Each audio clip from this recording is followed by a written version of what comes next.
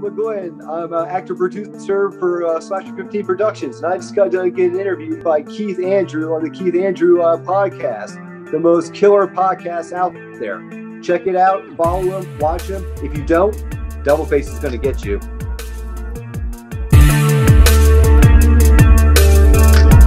For people who want to know what is the Keith Andrew Network, the whole point of my talk show is to show people that even with having a learning disability, I can still amount to something. And at the same time, I'm able to turn myself into an example for people out there dealing with any types of learning disabilities and disabilities that never give up and prove people wrong. Prove to them that labels do not dictate who you are and who you're going to be. With that being said, hashtag break the labels. So the first question I want to ask you is tell our audience a little bit about your background and how you came to do what you do now. Hi, I'm Michael McGlynn. I am a producer and I'm an actor for indie horror films. I work with Slasher 15 Productions. We just released our third film, Bloody Summer Camp, with our fourth film, Go Away, filming this fall. I actually got into it. I've always been a big fan of horror films growing up as a kid, but I was also very proactive. I did a lot of martial arts and stuff. And after high school, I actually pursued a mixed martial arts career. I was a cage fighter for about 12 years, and then I suffered a bad neck injury and I had to retire. And I just wanted to find a new avenue. And I met Dave Kerr and his wife, Amber. And we just hit it off real well, and I had a big passion for it. I came on originally just as an actor, but I was just so really into the scene so much. I was like the first one that showed up every day, the last one to leave every evening, and just did everything I could to make the film better. And eventually Dave came to me and my wife, Jamie, both, and said, you guys have been nothing short of amazing, and I'd like for you to come on and be our new producers. And it's kind of taken off ever since then. No, absolutely. And I have some great ideas I would love to work with you on, and we can talk about that after the show. But the next one I'm going to ask you is, how many years have you been a producer? I've been a producer just about a little over 2 years now. Like as a producer on set, I've only done that so far with two shorts. One from Dave Kerr and Amber's group called Go Away. Oh, no, sorry, not Go Away. I'm sorry, Bedrock. And then I'm doing another short here in Culpeper with a friend, a suspenseful, a little suspenseful mental horror. I kind of think of Michael Douglas's Falling Down meets his Norman Bates. Called Nora. It's a really fun little story. I play a sleazeball boss who's, pretty much a walking, talking sexual harassment case, which is completely the opposite of who I am in life. So I thought it was kind of fun to kind of get out of my shell and be someone I know I'm never going to ever be in my life. Well, you're right. It's funny. You just reminded me. There's a lot of sleazeballs wherever you go. If you watch my Manhattan Neighborhood of Broadcasting episode, the guy's like, oh, I know he's in Manhattan, but he has other things to do. I was like this. I'm like, I'm going to the city. Let's make a day of it. Because I'm taking a taxi. I might as well have some fun with it. So I went down to the Manhattan Neighborhood of Broadcasting. They were pretty much like public access. And looking back at it, it didn't really turn out. And don't worry about that. It didn't really turn out that well. I mean, the interview was great. But when you look back and he says, oh, he's really busy, he has a second interview, I kind of wish there was a way to edit that part out, because it kind of strikes a nerve. Because there was another company, things like Bronx, Brooklyn Net, or whatever the hell it was. And it's like, oh, yeah, I can set up 2 interviews, this is before COVID. If I come on down and it's like, yeah, I was there. And there were certain things when I didn't really research. One was in a ghetto neighborhood. Number one, I didn't even know that it was in a ghetto neighborhood. I just thought I was in a neighborhood. So I'm like, okay, whatever. It doesn't matter if it's in a bad neighborhood. All that matters is go right to the studio. That's all what matters to me. Get my ass to the studio and I'll be safe. And so I met the guy and he's like, oh, we're not going to do the interview in the studio. Okay, what are we doing it? We're going to do it on the street. Are you freaking for real? I came all this way. I came to Brooklyn and I'm like, okay, Manhattan, I'm sorry. I went to Manhattan and if I come to Brooklyn, we will do it. I didn't come and pay an extra $50 to go to Brooklyn to do an interview outside. Number one, okay, you want to do it outside, that's fine. But number one, you couldn't hear me, couldn't see me. You had people driving by. You had trucks and cars. It was the most unprofessional thing. I'm like, I just paid an extra $50 for the shit. It was really bad. And the guy who was interviewing me, he could have used that money to buy himself some freaking teeth because the guy didn't have any teeth. And so that should have been a tip off right there. It was really bad. So every time I watch back at the neighborhood of broadcasting, it says, oh, he does second interview. It's like someone literally sticking me in my because it didn't work out. It was a waste of time. It was a waste of my time. But anyway, this is not about me. This is about you. Just telling you, hey, you will find con people everywhere, wherever you go. And that's unfortunate. But absolutely. I've ran into a few of those myself. And fortunately, I was able to pinpoint them. And I'm even more fortunate. The indie horror community is such a giant family. When people see, oh, wait, you're thinking about doing a project with them.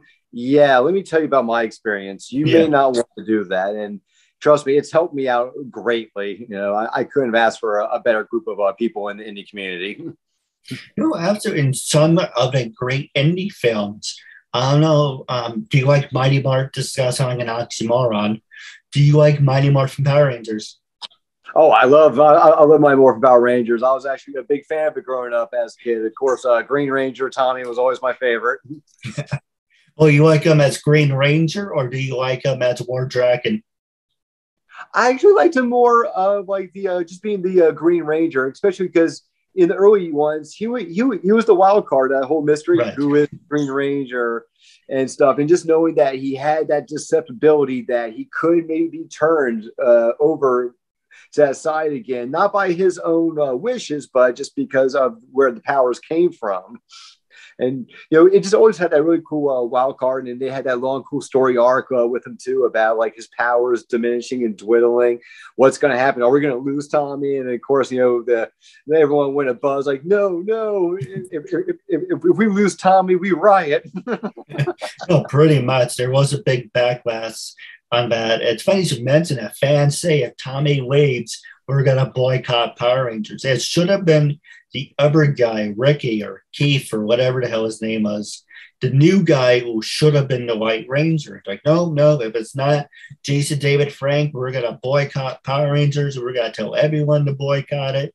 So you have to listen to the fans. But the reason I bring up Power Rangers is there's a couple independent projects going on. It's called Power Rangers Shattered Grid and Power Rangers Unworthy. It's really good. I would recommend it. I'll have to check this out. I mean, like I said, I love fan-made films too. A lot of people kind of turn their nose up against them. I'm quite the opposite. I mean, the way I look at it, you're hitting the motherland as far as I'm concerned. Right. Because not only are you getting someone who obviously is a fan of it, but they're going to give it to TLC, and more likely they know the story arcs deeper than your average, day in, day out kind of I just catch the series whenever it's on kind of people and stuff. They've got more of a passion for this. They look into the small crevices that most people don't look into. And so I'm always very interested in seeing them. And to be honest, just the fact that, it's just not another Jason or or Myers one, I mean, because I know there's a Texas Chainsaw Massacre one going on right now called the Sawyer Family Massacre. And there, of course, there's the Valentine's Bluff that's tapping into My Bloody Valentine. I'm like, thank you. It's like, these films were great films too, and they deserve their fan-made films too. And I'm just happy to see it's not always going to Myers and Jason, that, we do have other iconic ones out there that do deserve a good nod too. And Power Rangers falls in that same boat. I mean, I'm really happy to hear someone's tapping into that. I think it's a good idea. No, I don't know if it's Bat in the Sun or Jason David Frank did him himself, but there's an episode where a fan made, obviously, was trying to think, was Tommy and somebody else. And then they had two other people. It was Power Rangers meets Street Fighter. And it's like, they made a joke, people in Street Fighter are like, well, what kind of name is Rita Barbosa? And Tommy's like, oh, what kind of name is Bison? It's actually really funny. I think it's Bad in the Sun, but Bad in the Sun is actually really good. Okay. But the next one I want to ask you is, have you ever thought about having people represent you, number one? And if someone would represent you, would you pay them? I mean, I guess it would depend. I mean, on the services, given completely. Like, this is someone that managed and handled all my affairs and stuff. Then absolutely not. You got to pay them. I mean, they're pretty much what's keeping you sane and what's keeping you afloat. You owe them that much and stuff. As far as like just basic representation, like, hey, I'll throw your name out there every once in a while. I would try to offer more of you scratch my back, I'll scratch yours. Like, you give me a service, I'll offer you a similar service in return and stuff. So I do it with a lot of with the horror sites. I'm an admin for a lot of the indie horror fan groups, and other ones from other groups ask, hey, can we promote our group on here? And usually I tell them, like, if you're willing to do it for us as well, I'm happy to do it in return, because we're all a family here. We're not out to get each other. We're not trying to outdo each other. The best success we could have is that we all succeed. No, I agree with you, and I'm completely down for networking. Hey, if you want to promote my stuff, I promote yours. But there's a lot of people, like, you don't pay people to represent you.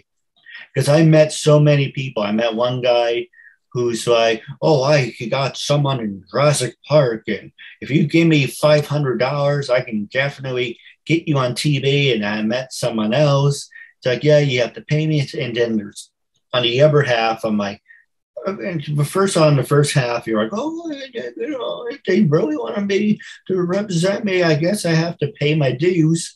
But then you flip the coin over, like, you don't pay people to represent you. If you have to pay them, it's a scam. So it's kind of like, when you're in the entertainment business, you're always looking for someone to make a quick buck. So they're going to sell you anything. So if you have sucker on your forehead, they're going to hit you up for everything.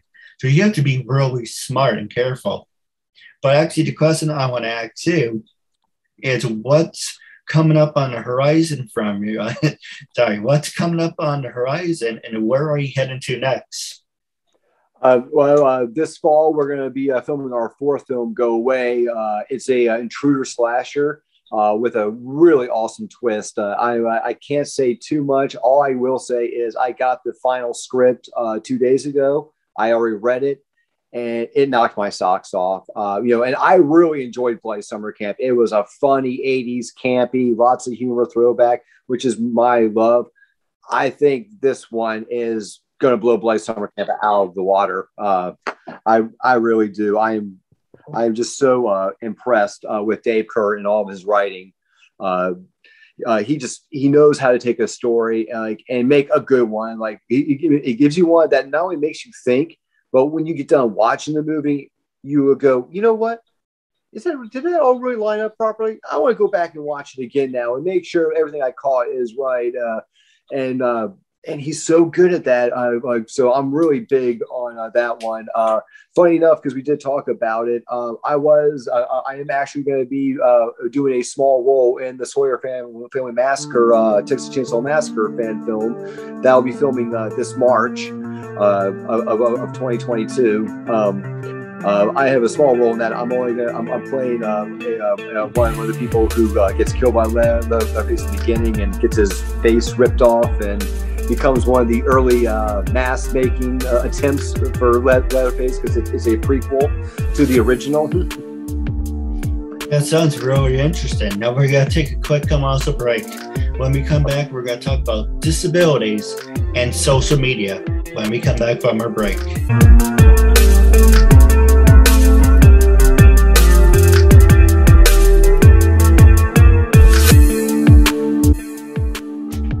So the first thing I want to promote is HB Gibson, home of the X Zone. Get in the zone. If you like entertainment, definitely check out HB Gibson. If you're into eating, drinking, and working out, definitely check out Life of a Fighter.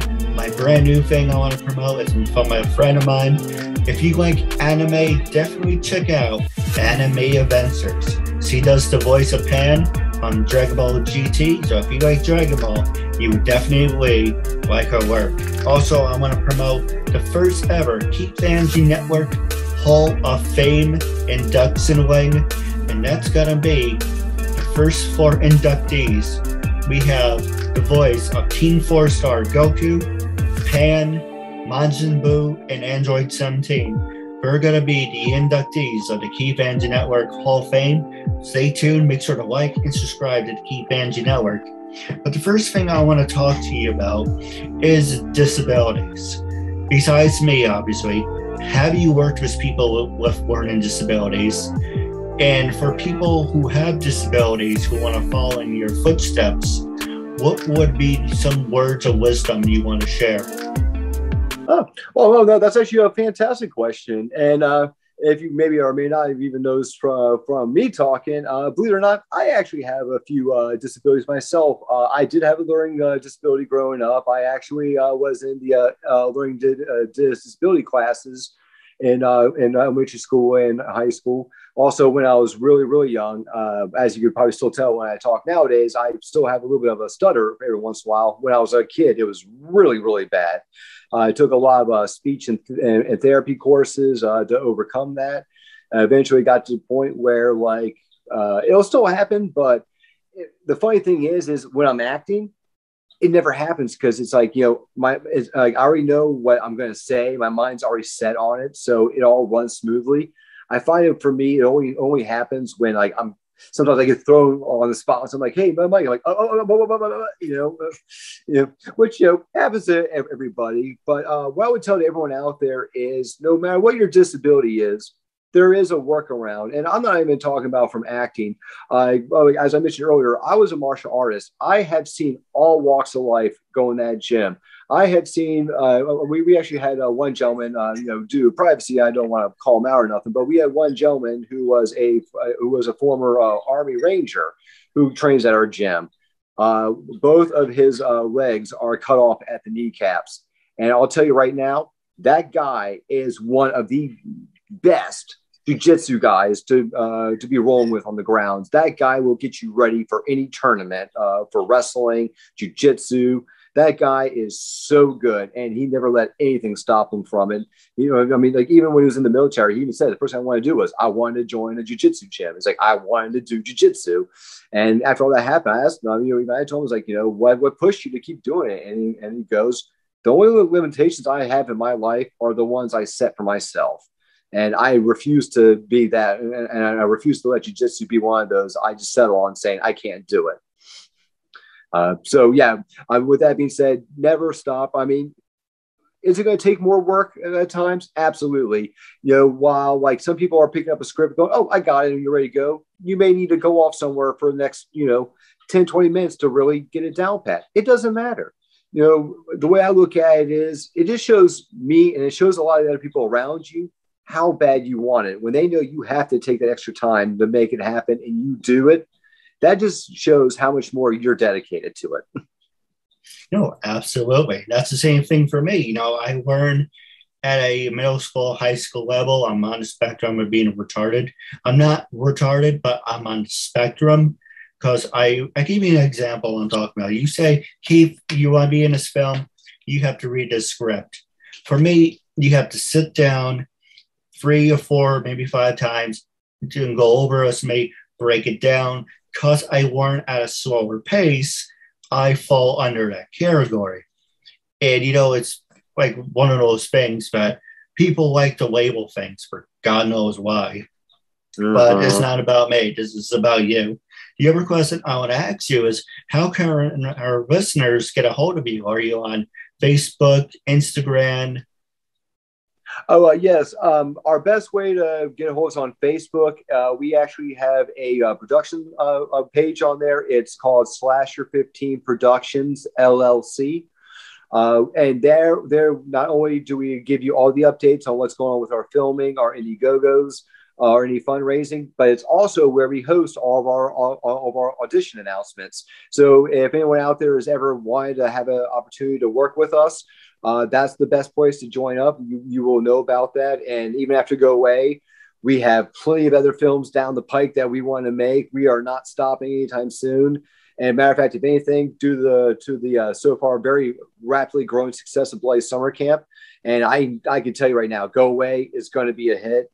We've got too many big hit celebrities on there to not have it be. I mean, we've got Tom Matthews from Friday the 13th, Part 6, playing Tommy Jarvis in the Return of the Living Dead series.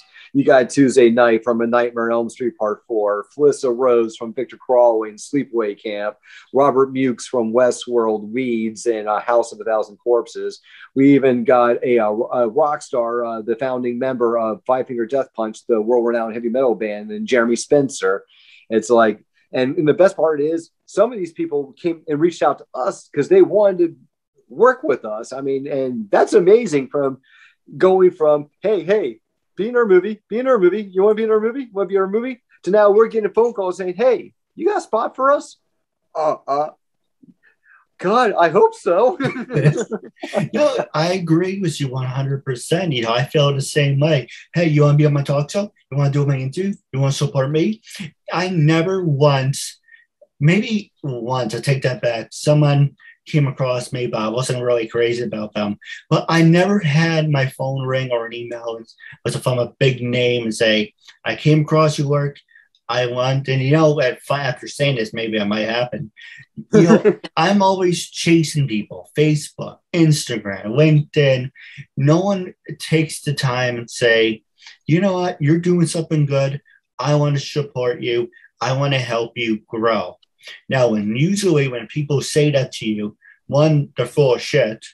And two, there's actually a silver lining and say, I'm going to help you grow. I'm going to help you expand. You're going to be bigger. You're going to be better. You're going to be wonderful. Yeah, that sounds great and everything. What do you get out of it? Well, what's the catch? Mm-hmm. Let me guess, I have to pay you or something. But you know what? Like you said, it's great that people are falling in your lap and you don't have to chase them anymore. For me, I've been doing this for 8.5 years, and this is what I want to do to the day I'm 6 feet under. This is what I want to do to the day I die. If I have to chase you, you know what? So be it. But it would be nice if I come across an organization or a company that said, you know what? You've been doing this a lot. I want to give you a helping hand. And if you're interested, any films that you do, I would love to be a part of it. I would love to interview the staff and the crew. So shove them on down my way. I would more the better for me. Absolutely. But it would be nice to get to a point of saying, you did everything. You proved to people you can amount to something. Now it's time to say, okay, now we can help you, and not say, be in my show, be in my movie. Do you want to do this, do that? And it kind of like, because you don't want to be like the me. But it's like, I'll give you an example. By having you on the show, you may have a disability or you may not have a disability. That's not the point. The point is you're taking the time to be a guest on my talk show, to support me and my message. That's for me. For you, you're getting yourself out there. People are hearing your stories, and you're making a new friend out of it. So it's a win-win. You're helping me, I'm helping you. And a lot of people don't seem to understand that. And if they don't understand that, they just don't care. But with the last 2 minutes, I'm going to ask you a hard-hitting question. And I know we said we were going to talk about social media, but we talk about that some other time. I always talk about it. When I first approached you to be a guest on my talk show, what was your honest first reaction to the email? What made you say yes? How do you feel now? And would you recommend it to everyone you know? I want you to be brutally honest. Oh, absolutely. When I saw the invite for a podcast, it was absolutely zero negativity whatsoever. It was more because, I've been doing so many podcasts. I'm like, here's another podcast to add to the bunch. But like you said, though, that's not a bad thing because it's making more connections, and it's also networking. You get to meet new people, and not only that, every podcaster has their own platform. They have their own followers.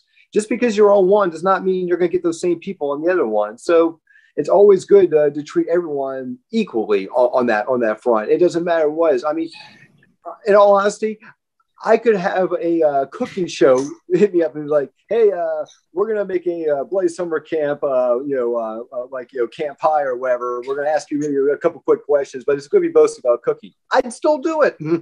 Absolutely. Like I said, I do have some ideas for you off the air, but wrapping up, it was a real honor and privilege having you as a guest. I want to say thank you very much.